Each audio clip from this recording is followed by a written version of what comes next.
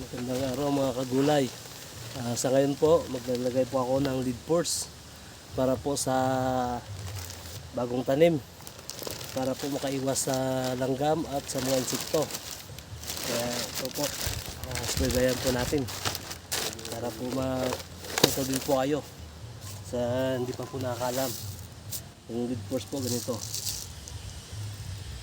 Ito na po, nalagay ko na po sa bote, kaya binutasan ko na lang yung takip para sa ganun itik na lang.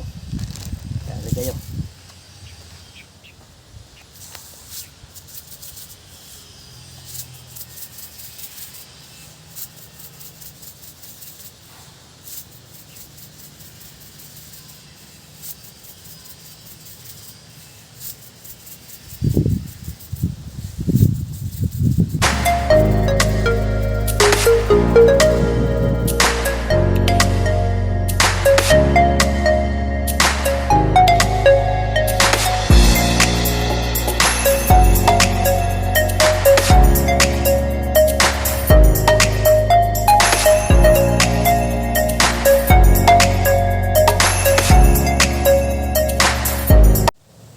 Para po sa kaalaman ng iba, ganito po ang paglalagay ng lead force para makaiwas po sa mga insekto. Yan, ganyan.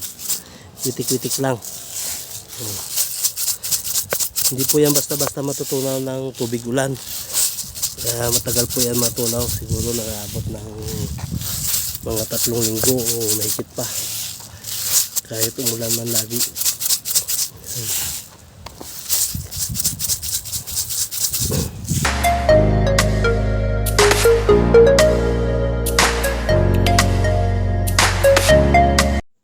Yan lamang po mga kagulay. Hanggang sa susunod na video. Salamat!